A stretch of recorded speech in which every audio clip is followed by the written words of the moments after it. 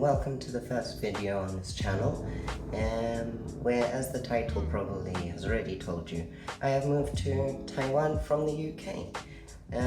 I've spent the last week in quarantine. It was quite a long journey, especially by yourself. It's not my first time flying alone. When I was here in January and then flew back after coming to visit my girlfriend at the time's parents, who is now actually my fiance, which leads us on to the next point of why I'm here. The original plan was my fiance, who is from Taiwan, was meant to come back to the UK, and then COVID happened, and the whole UK's handling of COVID was just so abysmal that it then became just unreasonable for her to come there. The plans changed and I flipped it, and now I came here. So I'm here to live for the foreseeable future. Scary, yes. Why? Because I don't speak the language, but I'm picking it up slowly. My plans for employment are to become an English teacher here, probably at like a after school class or something, and in the meantime do photography. I want to do photography tutorials on this channel. All of the basics of photography, the fundamentals, editing, and so on. When I landed in Taipei and went from there to Taipei, which isn't too far. It was about half an hour in the taxi. And then my fiance's dad met me here in Taipei, where at the bottom floor where I'd be staying, which was her grandmother's old apartment. I'm on the 5th floor and had to take my 30-kilo suitcase, 10-kilo hand luggage, and my camera bag up these 5 flights of stairs.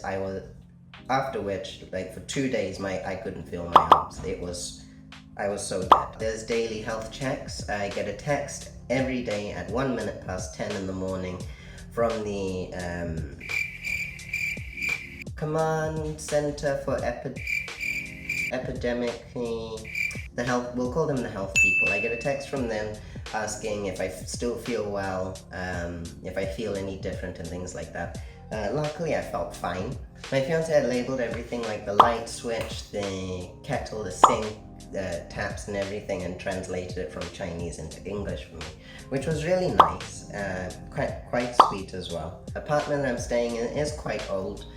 No one's been here for like the past 3 years, and it shows. The area's not exactly youthful, should I say. Most of the people here are middle-aged to elderly, and from my first day, even up until now, it's like I'm the first black person they've seen that's not on TV. I get stared at a lot when they see me, like, bit unnerving, but all of my friends that are here tell me, don't worry about it, you probably are the first black person they've seen. I don't know where to get my hair cut. I'm probably thinking I'm just gonna keep trying to contain it like this, because I don't know who can cut my hair here. Uber Eats over here compared to the UK is amazing. I mean, you can get your food obviously on Uber Eats, but you can also go shopping on Uber Eats, get like personal care stuff, groceries, like full groceries from the supermarket on Uber Eats here. And on the note of shopping, I found that there was a florist on Uber Eats as well, where you can have custom orders for flowers and then get them sent anywhere. So I took advantage of that and sent a bouquet of roses to my fiance, and she really appreciated that because that was while she was at work. And it was just a bit of a flex for me to make myself look better to her colleagues. But it was more just to say thank you for everything she set up and done for me, because I can't imagine how much preparation and stress and time that would have taken.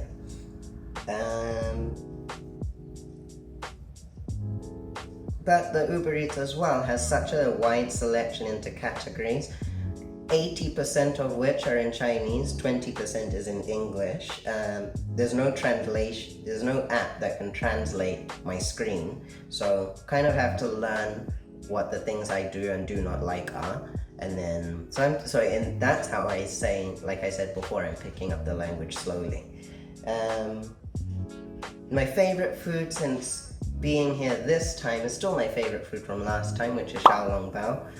In 4 days, I ate 64 of them, so I kind of had a problem. So I stopped eating those before, started piling on all of the pounds. And as well, like 2 days before I left, when I was still in the UK, my appetite went through the roof, and it stayed up there since and up until now. Not even now, it's still here. I think it may be stress eating because it's such a big change and I don't deal well with change at all. But it's good because actually gaining weight, I've got my whole outfit that I want to wear for when I get married ready, and I'm filling out the jacket a bit more, which is cool.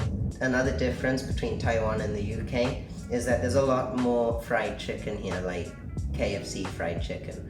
So obviously KFC has it, but McDonald's has fried chicken, Burger King has fried chicken.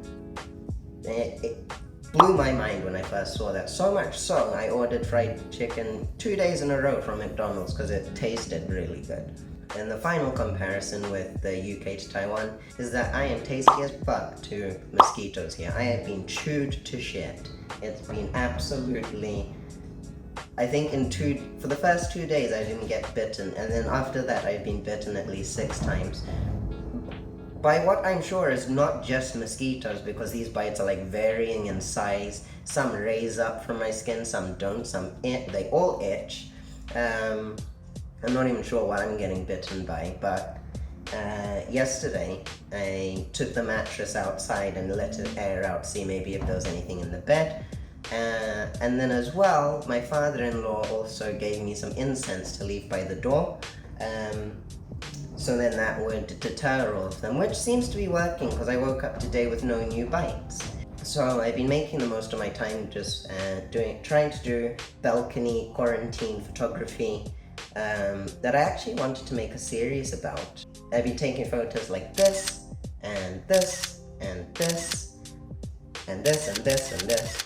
So it's been fun to see what a wide range of photos that can be taken in such a small area. And then the editing on that, I wanted to explain that as well and see if you guys would be interested in learning about that. So it's just been photography, mainly Netflix, and an unfathomable amount of YouTube. So that's a conclusion, summary, roundup of my first week. At the moment, I think I'm gonna, just until I can figure out my whole schedule, I'm gonna stick to 1 video a week. Thank you for watching. I hope you enjoyed it. If you did, drop a like. If you really liked it, subscribe, and I will see you guys next week.